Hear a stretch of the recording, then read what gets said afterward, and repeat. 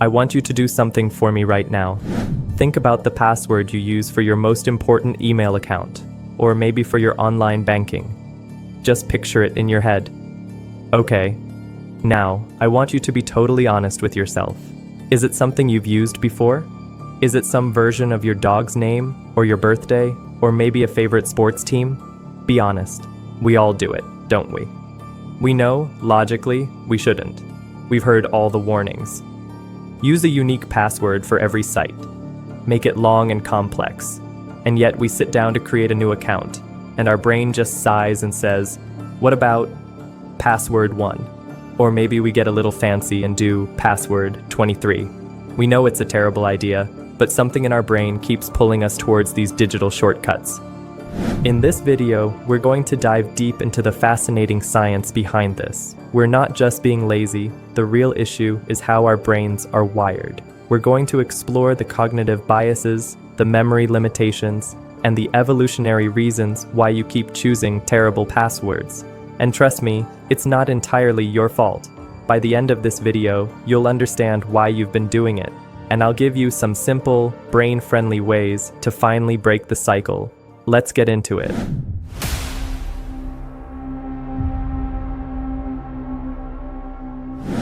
So, let's start with the most basic reason. Your brain is a master of efficiency. It's a cognitive miser. Think of it like this. Your brain's main job isn't to be a security guard. It's to get you through the day using the least amount of energy possible. Every time you have to remember something new, it burns a little bit of mental fuel, and our brains are constantly looking for shortcuts.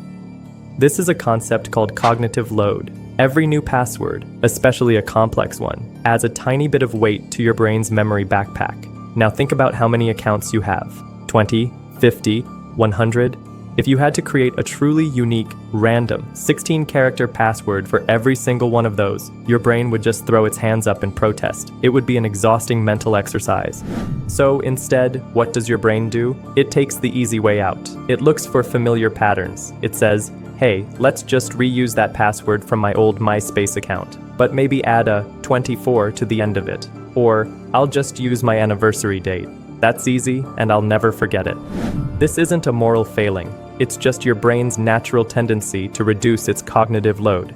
It's like if you had to go to the grocery store, and instead of taking a longer, unfamiliar route, you just took the same shortcut you've been using for years. Even if it's a little bumpy, your brain likes the familiar path.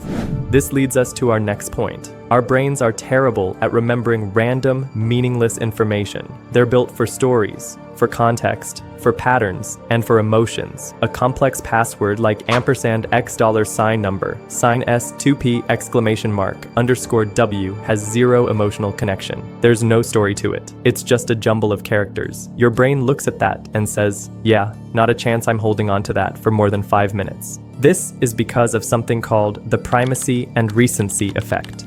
We tend to remember the first and last things on a list, but everything in the middle gets fuzzy. Think about a shopping list. You remember the milk you need at the beginning and the bread at the end, but you always forget the specific brand of coffee you were supposed to get in the middle. Now, imagine that list has 50 items, and they're all random numbers and symbols. You'd be doomed. Our passwords are like these long, meaningless lists. Our brains just can't handle them. And this isn't a new problem. This is an ancient brain mechanism. Our hunter-gatherer ancestors didn't need to remember complex, random strings of characters. They needed to remember the location of the best berry bushes, which we can say represents a story with a location, the faces of their family and tribe, emotional connection, and the sound a predator made, a critical, life-saving pattern. They didn't need to remember Flintstone password 123 exclamation mark. So our brains have never evolved the mental muscles for this modern problem. We're asking an old analog brain to perform a very new digital task, and it's just not equipped for it. Now let's get into something even more insidious, the curse of familiarity and the social proof trap. We're social creatures. We're heavily influenced by what the people around us are doing. And for decades, the standard for a password was something easy to remember. This created a powerful feedback loop. Think about those old password requirements. Must be 8 characters long. Must contain 1 uppercase letter and 1 number. These were the rules. So what did we do?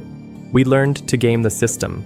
We'd use a word we knew, capitalize the first letter, and add a number at the end, like football 1 or lions 5. We learned to do this because it satisfied the bare minimum requirements and it was easy to remember.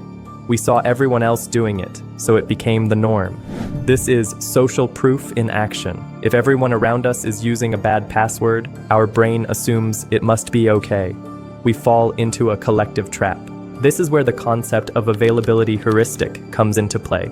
We tend to judge the likelihood of something happening based on how easily we can recall examples of it. If you've never heard of someone getting their account hacked because they used 1, 2, 3, 4, 5, 6, 7, 8 as a password, your brain thinks, well, it must not be a big deal then. The lack of immediate personal stories of a password breach makes us feel overly confident. We don't see the millions of data breaches happening in the background every single day, so our brain just assumes the danger isn't real. It's a huge cognitive blind spot.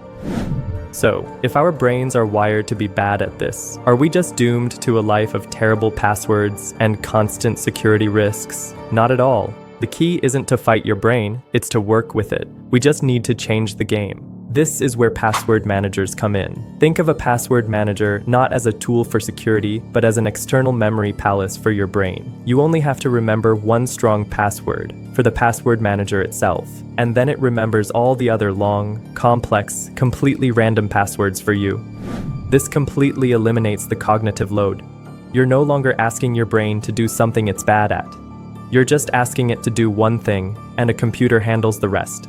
This is a game changer. Another great method that works with your brain's love for stories and patterns is the passphrase method. Instead of a password, you use a long, memorable sentence. Something like, "My dog Max loves to chase squirrels in the park." It's a sentence with a story. It has numbers and symbols, and it's long enough to be incredibly secure. And crucially, it's something your brain can easily remember because it's a narrative, not just a random string of characters.